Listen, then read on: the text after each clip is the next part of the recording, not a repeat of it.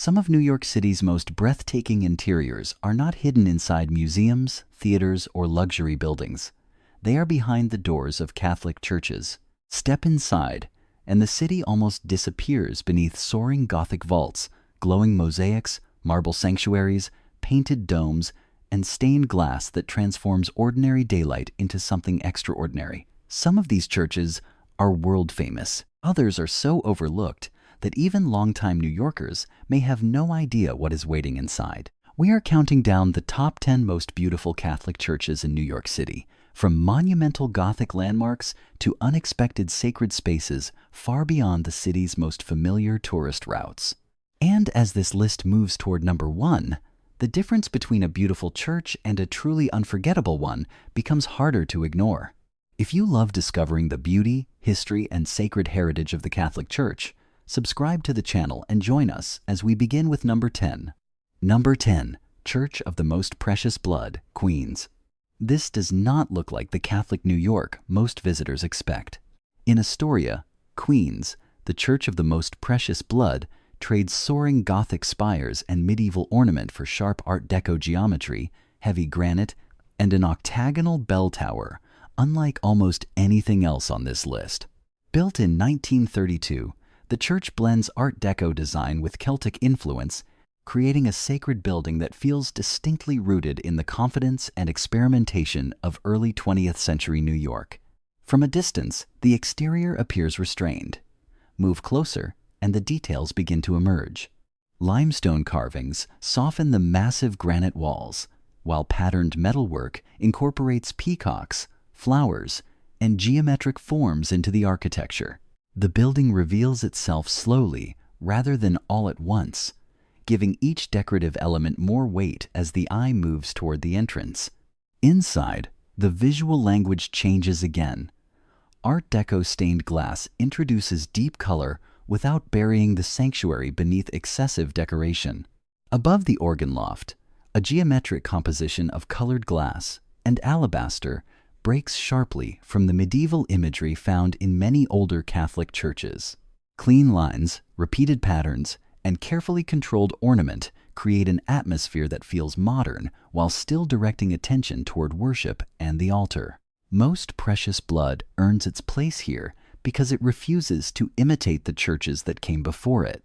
Its beauty depends less on overwhelming scale and more on proportion, texture, craftsmanship, and architectural confidence. There are no forests of Gothic columns or endless surfaces of gold competing for attention. Instead, stone, glass, metal, and geometry work together with remarkable restraint. From the street, it can almost disappear into the surrounding neighborhood. Step closer, and the building begins revealing its character, one detail at a time. That quiet sense of discovery makes Most Precious Blood an unexpected starting point for this countdown, because New York's Catholic beauty is already proving far more diverse than a skyline of Gothic spires might suggest. Number 9. Shrine and Parish Church of the Holy Innocents. High above the altar, the crucifixion dominates the first sightline inside Holy Innocents. The monumental fresco was painted by Constantino Brumidi, the same artist later celebrated for his work inside the United States Capitol. Here, however, his art serves an entirely different purpose. Christ on the cross rises above the sanctuary, drawing the eye past white marble, carved ornament, and Gothic arches toward the spiritual center of the church. From that focal point, the rest of the interior begins to unfold. The nave stretches backward beneath a sequence of pointed arches that give the relatively compact space a surprising sense of height and rhythm. Stained glass windows introduce pockets of color along the walls, while side altars, statues, and darker architectural details create layers that reveal themselves gradually rather than competing for attention all at once. Look upward, and the Gothic revival structure becomes even more important. Arches frame the sanctuary, vertical lines pull the eye higher, and the ceiling helps compress the entire composition toward the altar below. From the rear of the nave, the church reads almost like a single carefully arranged image: stone, glass, sculpture, and painting, converging on Brumidi's crucifixion. That visual concentration gives Holy Innocents much of its beauty. It is not one of New York's largest Catholic churches, and it does not need monumental scale to feel complete. Every major element seems positioned to reinforce the next, from the stained glass along the nave to the marble sanctuary at its end. Only after taking in that interior does the location outside become striking. Beyond the doors lies West 37th Street, surrounded by traffic, storefronts, offices, and the constant movement of Midtown Manhattan. Inside, the architecture pulls everything in the opposite direction, towards stillness and a single sacred image. Stand at the back of the nave, and the entire church seems to converge toward that altar, giving Holy Innocents a visual power far greater than its physical size suggests. Number 8. Church of the Blessed Sacrament. Blessed Sacrament does not reveal its beauty through one dramatic gesture. It builds gradually, layer by layer, until the entire interior begins to feel carefully composed. The first major visual anchor is the enormous rose window at the rear of the church, measuring roughly 32 feet across and formed from 240 stained glass panels. Angels appear within the glass carrying incense and musical instruments, while deep reds, blues, violets, and golds turn the upper wall into a field of color. From there, the architecture begins to establish its rhythm. Gothic arches repeat along the nave, lifting the space vertically without making it feel distant. Additional stained glass windows break through the heavier stone surfaces, creating smaller areas of color along both sides. The long central aisle keeps the entire composition focused, guiding the viewer toward the sanctuary while allowing the full length of the church to remain visible. The closer the space moves toward the altar, the richer it becomes. Marble surfaces begin to dominate, carved details become more intricate, and the baldachin rises above the sanctuary as one of the strongest architectural features in the room. Hanging lamps descend into the open space, statues and sacred imagery appear around the sanctuary, and the contrast between dark, structural lines and lighter marble creates a sense of depth without making the interior feel overloaded. Architect Gustave E. Steinbach drew inspiration from Sainte-Chapelle in Paris, especially in the relationship between Gothic structure and stained glass. That influence is visible in the vertical proportions and the way color is integrated into the architecture rather than added as decoration afterward. Yet Blessed Sacrament still feels firmly connected to New York. Its scale is impressive, but it remains intimate enough for visitors to notice individual carvings, windows, statues, and details around the altar. One of the strongest views comes from the middle of the nave. Look back, and the rose window fills the upper wall with color. Turn toward the sanctuary, and the mood changes completely as marble, the altar, the baldachin, and the repeated Gothic arches create a more solemn focal point. Between those two ends, the church feels balanced rather than crowded. That balance gives Blessed Sacrament its character. The stained glass delivers color, the stone provides weight, the arches create height, and the sanctuary gives the entire interior a destination. No single feature has to carry the church by itself. Together, they form a Gothic space whose beauty becomes more convincing the longer the whole composition remains in view. Number 7. Church of St. Francis Xavier. There is almost nowhere for the eye to rest inside St. Francis Xavier. Painted medallions, sculpted borders, broad arches, polished columns, and religious imagery occupy nearly every level of the interior. Instead of building toward one dominant centerpiece, the church surrounds the visitor with detail from the beginning, creating a space that feels closer to a monumental painted hall than an ordinary parish church in Manhattan. The current church opened in 1882 and was designed by Patrick C. Keeley in a Roman basilica style enriched with classical, Renaissance, and Greek influences. Nearly 50 murals by William Lamprecht fill the building with biblical scenes and figures of saints. High above the nave, those paintings are framed by elaborate plasterwork, while lower levels introduce Italian marble, carved oak, stained glass, and richly finished columns. The visual density becomes even stronger around the apse. 5 major murals trace the life of Christ from the Annunciation through the Ascension, surrounded by statues of Jesus, the Blessed Virgin Mary, Saint Joseph, St. Francis Xavier, and St. Ignatius Loyola. Near the side altars, Tiffany windows introduce smaller fields of color that contrast with the heavier architecture around them. Then the materials shift again near the sanctuary. Blue-veined Italian marble, Mexican onyx, white statuary marble, and stone in gray and yellow tones create a richly layered surface around the altar. Above and around it, paintings, sculpture, architectural moldings, and hanging fixtures continue filling the space without allowing one material to dominate. By the time the view reaches the sanctuary, the density of detail is impossible to ignore. Painted ceilings remain visible above the columns. Murals continue around the apse, marble and onyx sharpen the altar area, and carved wood fills the lower level with another texture entirely. Even a slow pan across the interior keeps discovering something new in the frame, from Tiffany glass near the side altars to the enormous organ case rising at the rear. Number 6. Co-Cathedral of St. Joseph, Brooklyn. Before St. Joseph became one of Brooklyn's most dazzling Catholic interiors, parts of the building were literally failing. Water infiltration damaged plaster, finishes darkened, artwork became difficult to read, and during harsh winters, Mass was sometimes celebrated in the rectory because conditions inside had deteriorated badly. Then the story reversed. The present church, dedicated in 1912 and designed by Francis J. Berlenbach, already possessed the scale of an Italian Renaissance-inspired landmark. After it became a co-cathedral in 2013, a major restoration repaired plaster, recovered historic finishes, restored stained glass, and introduced an ambitious program of sacred art.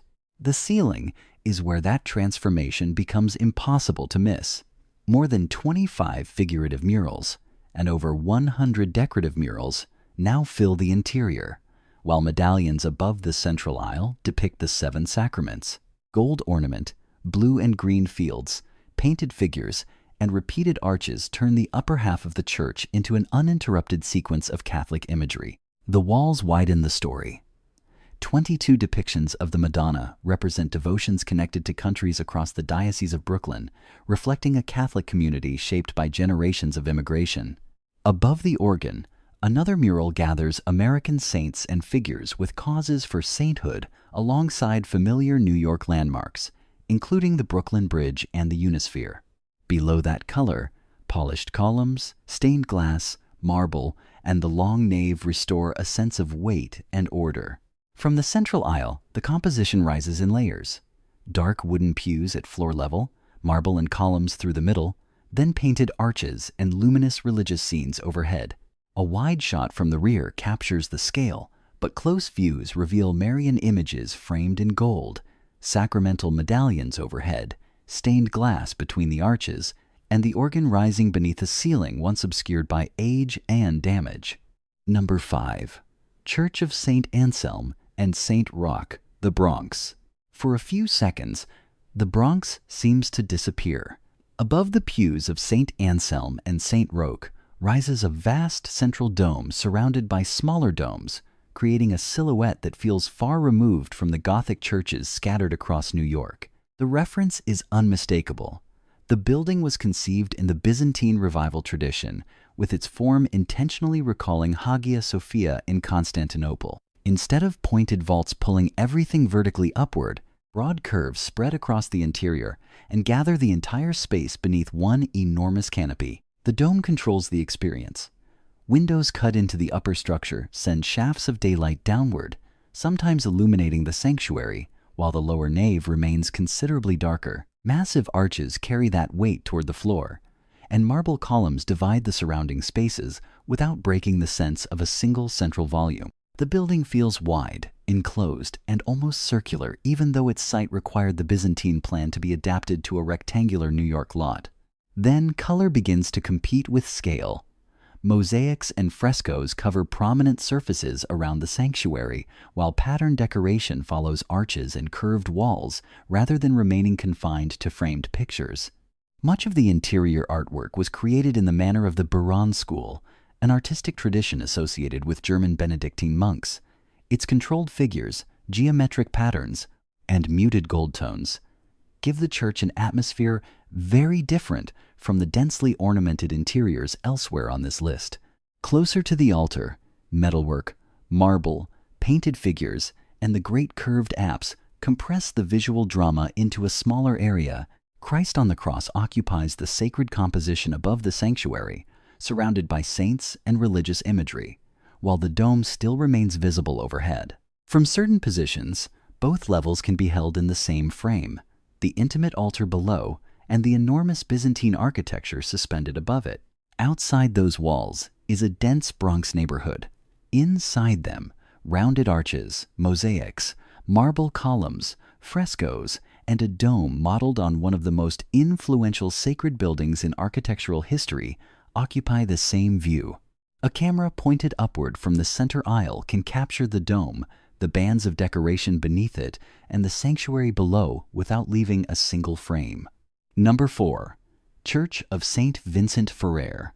The first sensation inside St. Vincent Ferrer is not color, it is weight.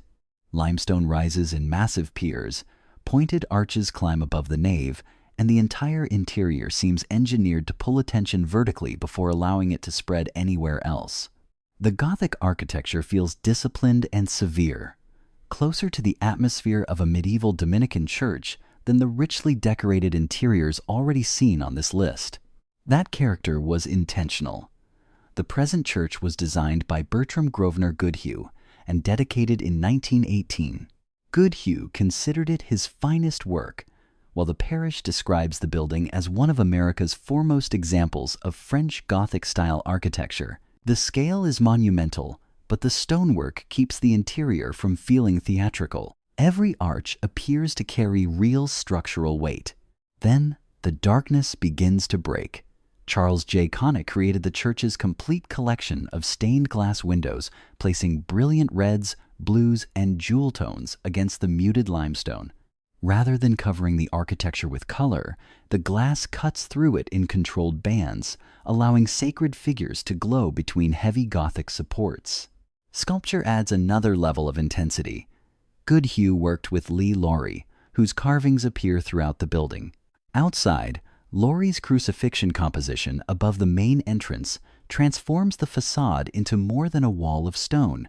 The limestone church follows a Latin cross plan, and its exterior detailing was conceived with the scale and seriousness associated with European Gothic churches. From the nave, the strongest frames come from looking through repeated arches toward the sanctuary, while Connick's windows burn against the darker stone. Shift the camera slightly higher, and the columns, carved surfaces, vaulting, and glass begin stacking vertically inside the same shot. On Lexington Avenue, the exterior repeats that same severity in limestone, ending beneath Laurie's crucifixion above the entrance. Number 3. Church of St. Ignatius Loyola. St. Ignatius Loyola first appears almost restrained. Along Park Avenue, its limestone facade carries a measured Italian elegance without the aggressive vertical drama associated with many of New York's great Gothic churches. Once inside, however, that first impression begins to change as a long central axis opens toward the apse, framed by polished pink granite columns, gilded capitals, broad arches, marble surfaces, stained glass, and carefully controlled ornament. The present church was dedicated in 1898 and completed in 1900. Its architecture combines classical and Baroque influences, but the interior reveals its richness gradually rather than all at once. The nave feels ordered at first glance, yet every section introduces another material or layer of detail. Venetian inlaid stone appears beside marble in different tones, mosaics occupy prominent sacred spaces, and painted surfaces continue above the arches without overwhelming the structure beneath them. As the view moves closer to the sanctuary, the composition becomes more elaborate while maintaining the same sense of order. The columns repeat with remarkable precision, guiding the full length of the nave toward the broad curved apse. Gold detailing grows more concentrated, marble becomes more prominent, and sacred imagery is placed around the altar in clearly defined architectural spaces. The sanctuary does not feel isolated from the rest of the church because every arch and column along the nave has already been leading toward it. The opposite end of the building carries a completely different kind of monumentality. Above the entrance gallery rises a massive mechanical tracker organ installed in the early 1990s, containing roughly 5,000 pipes and weighing about 30 tons. Polished metal pipes rise above carved wooden casework, filling the rear wall with vertical lines that contrast sharply with the curved apse at the other end. From the middle of the nave, both directions remain visually active. Toward the sanctuary, rows of pink granite columns narrow around marble, gold ornament, sacred imagery, and the sweeping curve of the apse. Turning back toward the entrance reveals the great organ rising over the gallery, while arches, stained glass, mosaics, and carved surfaces continue along both sides. The final frame can hold the organ pipes at one end, the repeating columns through the center, and the richly finished sanctuary stretching away in the opposite direction. Number 2. St. Jean Baptiste Church. St. Jean Baptiste surrounds the viewer with color before its scale can even register. Green-toned columns rise through an interior filled with gold, cream, blue painted ornament, and richly patterned vaults, while the great dome opens above the crossing like another room suspended over the church. The combination is unusually vivid for New York, and almost every upward angle brings several decorative layers into the same frame. The building itself emerged from an ambitious Italian Renaissance revival design by Nicholas Saracino.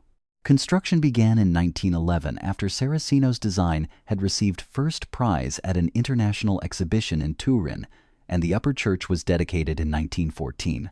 What began decades earlier as a mission serving New York's French-Canadian Catholics had developed into a monumental church occupying a prominent corner of Lexington Avenue. Inside, the strongest effect comes from the way color continues across architectural boundaries.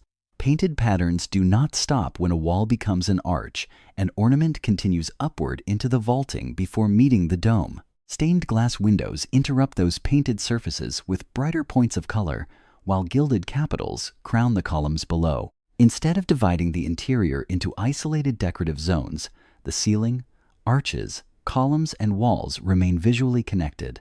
The sanctuary brings a different palette into that intensity. A pale marble altar rises against darker green and gold surroundings, while sculpture, sacred imagery, candles, and architectural framing concentrate around the apse.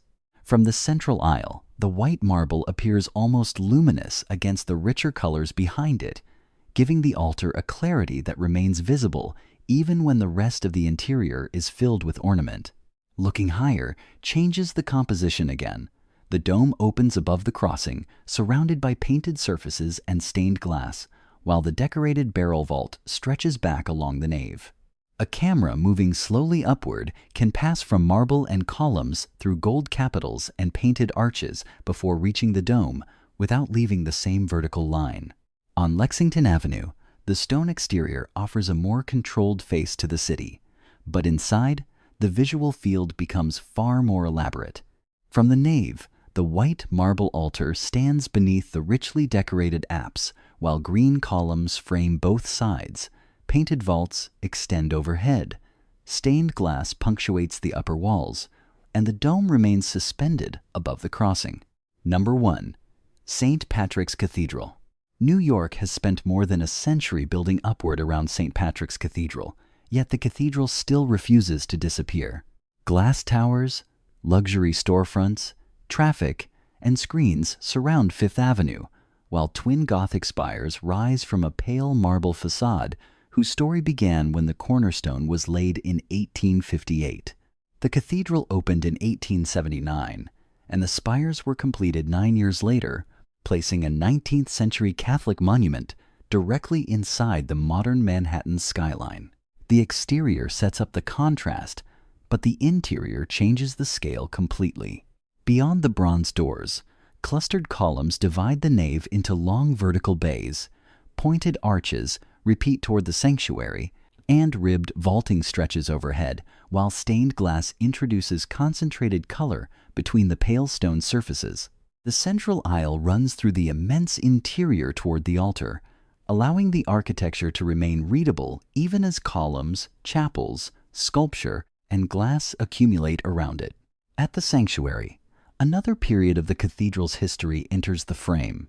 The original high altar remained from 1879 until a new Gothic high altar and bronze baldacchino were introduced in 1942, designed to correspond more closely with James Renwick's Gothic architecture.